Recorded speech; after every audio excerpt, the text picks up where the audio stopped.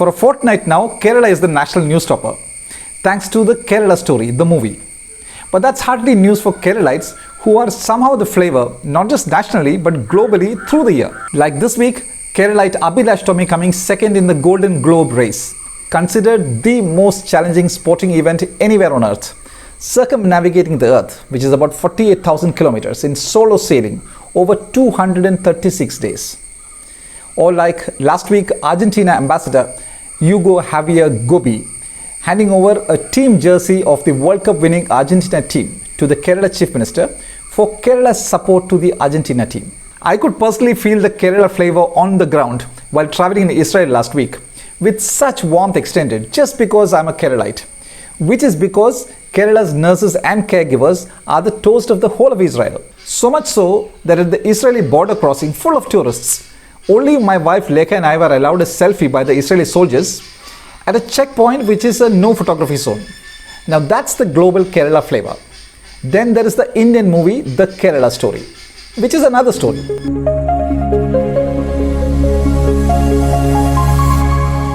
In the normal context, if you ask anyone anywhere in the world about the Kerala story, better known as the Kerala model, they'll say, oh, that Indian state which achieved developed country-like quality of life and social development with low per capita income by investing in public health and education. The numbers present a spectacular Kerala story.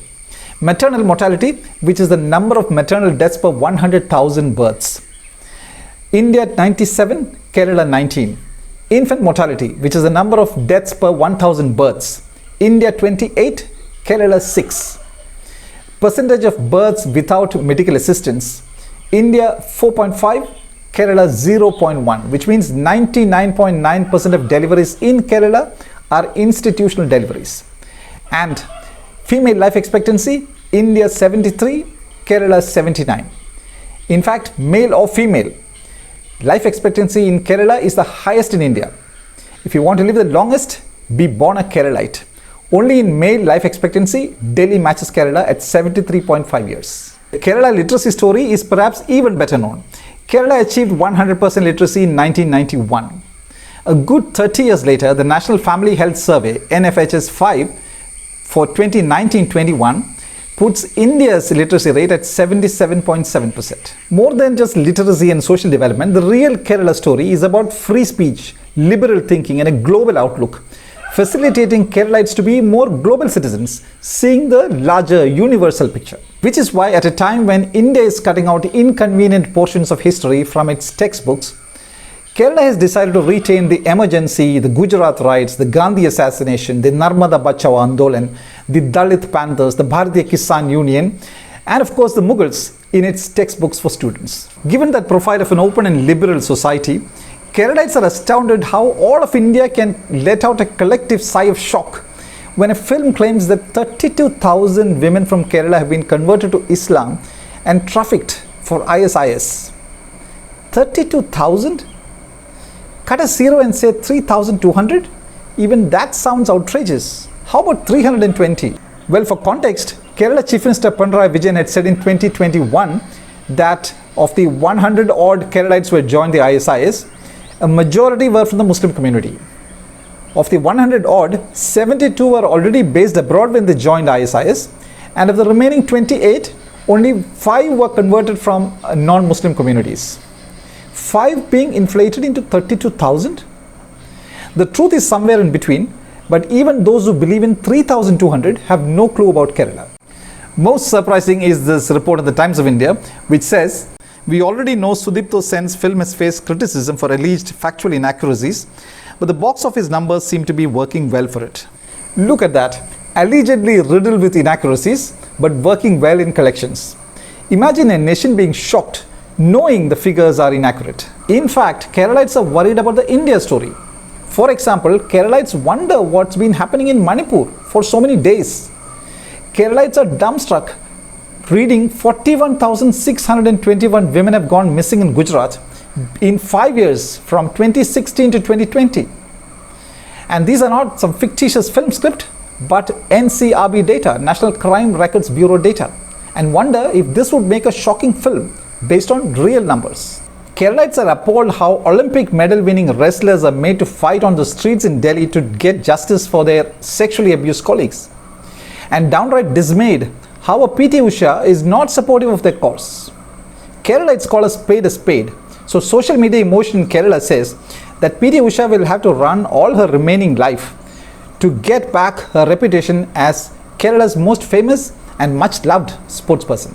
Keralites are concerned about the India story when the Russian Foreign Minister Sergei Lavrov says Russia has accumulated billions of Indian rupees in India's banks, which it can't use. This is a problem, he says, while we were being told that rupee is becoming a global currency. I myself got a lesson in the standing of the Indian currency when last week while I was in Israel, when the offering box came around during Mass, I put Indian currency into it. At the end of the Mass, the priest came around and said, somebody has put Indian currency in the offering box. Please take it back. And Keralites are particularly pained when India slips in the rankings on the Freedom Index, the Democracy Index, the Press Freedom Index and other indices. These are unthinkable for the liberal-minded Keralites who are masters of trolling and caricaturing. But most of all, what sets Kerala really apart from the rest of India is its ability to laugh at itself. The latest one was in the context of Keralites being evacuated from Sudan. One social media query went, but who will evacuate the Keralites trapped in Kerala? And Keralites had a laugh about it. Imagine asking that same question about India. Who will save Indians trapped in India? And you could be branded an anti-national. Keralites can have a laugh at the desperation of Keralites to leave the state and country. But can India have a laugh at the growing numbers of Indians who want to just not leave the country but even renounce their passports? As many as 225,620 Indians renouncing their passports in 2022 alone. Some of the labels we are branded with are downright unfair. A few Indians urinate on fellow passengers in airlines and we are labeled urination. A few Keralites join the ISIS and Kerala is labeled a global hotspot for terror recruitment. Sure, Kerala has its problems, India has its problems. Kerala has warts, India has tumors. Quite natural because India is the sum total of all the states and union territories. So it has much bigger problems and more problems. India has to deal with the Kashmir issue, the China border issue, the Maoist issue, the rupee weakening issue and much more. And then there are junctions where the Kerala story and the India story meet, like the unemployment issue. Young Keralites are now keen to leave the state as early as when they are 17, 18 years. And India is seen to be frittering away its massive potential demographic dividend. Imagine not tapping the potential of 440 million millennials. To come back to the Kerala story, the movie, the telling proof that Kerala's multi-religious, multicultural society will not be polarized by some fictitious film script is evident in its movie theatres, where Hindus, Muslims and Christians are watching the movie together peacefully, knowing fully well that the data are inaccurate. Now that's in sharp contrast to Hindus and Muslims fighting over the movie in Salem, Tamil Nadu, or Bengal having to ban screening of the movie. Now that is the real Kerala story.